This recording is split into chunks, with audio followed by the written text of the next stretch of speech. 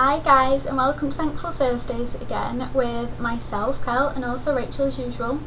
So this week we're kind of talking on the topic of inspiration, offering you guys inspiration and showing you guys things that inspire us. And this is something that we have done before, and the last time we did this I showed you all things that I've kept around me that have inspired me in my recovery in terms of like poems that I've kept around me and images and messages from friends and things like that.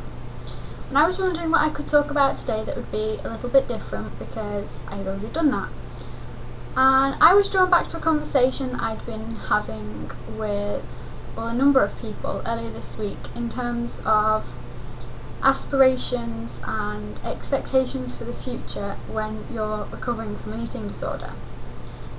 So I'd been talking to a friend who is also recovered from an eating disorder, and this was what kind of sparked this set of conversations that I've had. And I realised that many of us in recovery fill a lot of our times with achievements, academic achievements, career achievements. We do volunteer work, as you guys know. I've done quite a bit of that. We enroll on new courses and find new jobs as we find our feet, and a lot of us fill an awful lot of our time like that, and it's quite normal in our society for people to feel happy. It is normal to feel happy about those type of achievements, because when you get a degree or a new job, then you should feel good about that, and that is a great achievement. But it occurs to me that we tend to do this at the cost of neglecting feeling happy and contented within ourselves, without all these external factors. And something that I did when I started to recover, which I'm sure I've mentioned in videos before, is I dropped out of my master's degree I was doing at the time. I'd finished my initial degree, but I dropped out of my master's degree. And that left me doing absolutely nothing. I wasn't working, I wasn't volunteering, I wasn't in education, and I quite frankly wasn't well enough to be. But as I started to get better, I definitely was guilty, if that's the right word, of measuring my happiness and thus inspiring myself for future happiness by what I was achieving in terms of I got a part-time job, or I got a volunteer role, or I did a short course. And all those types of things make anybody, eating disorders or not, feel good about themselves. But I really don't think that, that's the ultimate thing to be inspiring towards. We shouldn't always be inspiring to achieve something, because we're all, and you're all definitely, because you're all going to be like, no, that doesn't include me.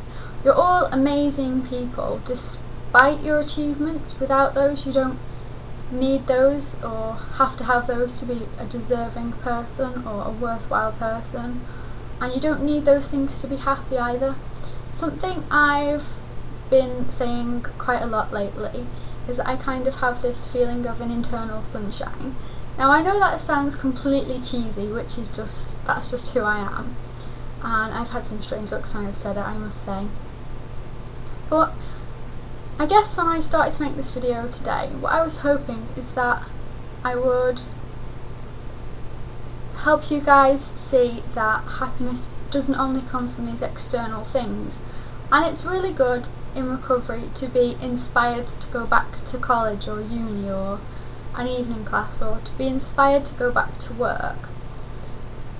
But you can also get that feeling, just within yourself, and I think that that's much healthier, and it allows you to be much more content with life and much more peaceful, especially in the face of future problems in life. And when you are well from your eating disorder, that isn't going to be it, and life isn't going to be absolutely fantastic from that day on, because things happen in life. For example, people get ill, or people die, or you lose your job, or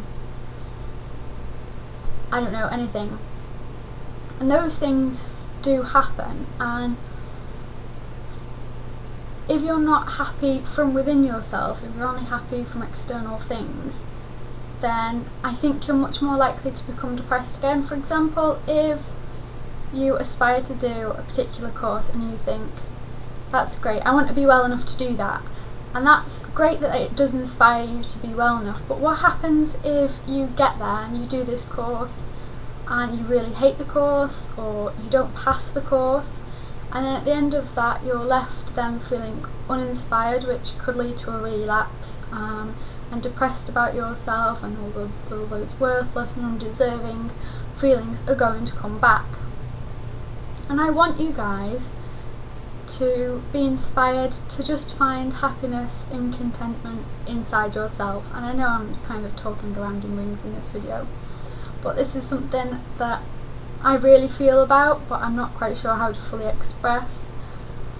And so I guess how I found this feeling is just in terms of experiencing life, and in bringing a positive attitude to life, and in being accepting of the people around me, and more importantly being accepting and forgiving of myself. Most people, eating disordered or not, if they're not judging of other people, if they think, if a friend said this I wouldn't judge them, but then they feel that, they still judge themselves, which is quite interesting because they're saying they're not at all judgmental about that. And I certainly did that, and now that I don't, and now that I try not to at least, I do feel a lot more peaceful within myself.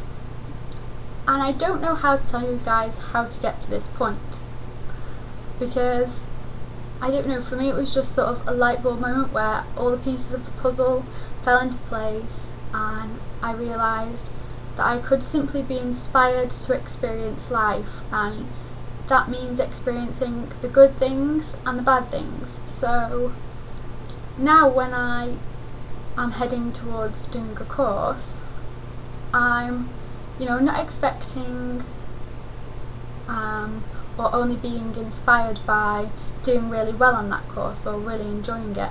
I'm just inspired and excited to be doing that because it's a new experience, and it might go brilliantly, it might go okay, or it might completely fall apart. But even if it does fall apart, there's a learning experience there, and there's something to take from that, and it's not all going to be bad even if it doesn't end well. And I'm hoping that this is making sense and you're being able to kind of apply this idea to your life as well.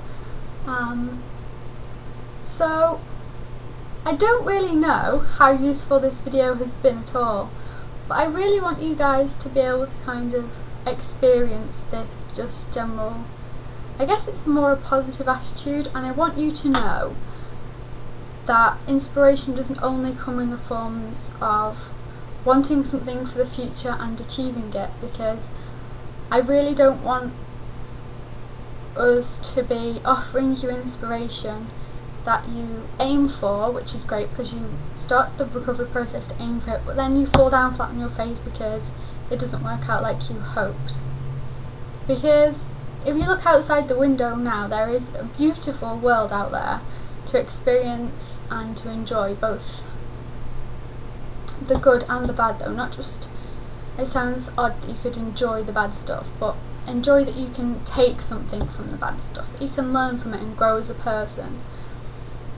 And so I really hope that you can all get to that place, and it never occurred to me that such a place existed where I could be, and I don't need a career, and I don't need all my relationships to work out, and I don't need to be first in courses or hobbies or anything like I used to feel was how I would feel good about myself and good about life.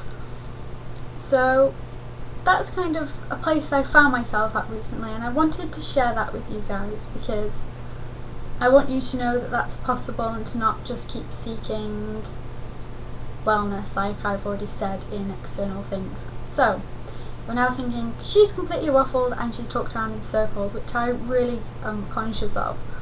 But if you've got anything to say about this idea, then absolutely put that down in the comment box, which is apparently now down here instead of up there. And maybe we could talk about this a little bit. And I've probably rambled on for way over 10 minutes, I have no idea. So I'm going to leave it there, and I'll see you all next week, guys. Take care, bye.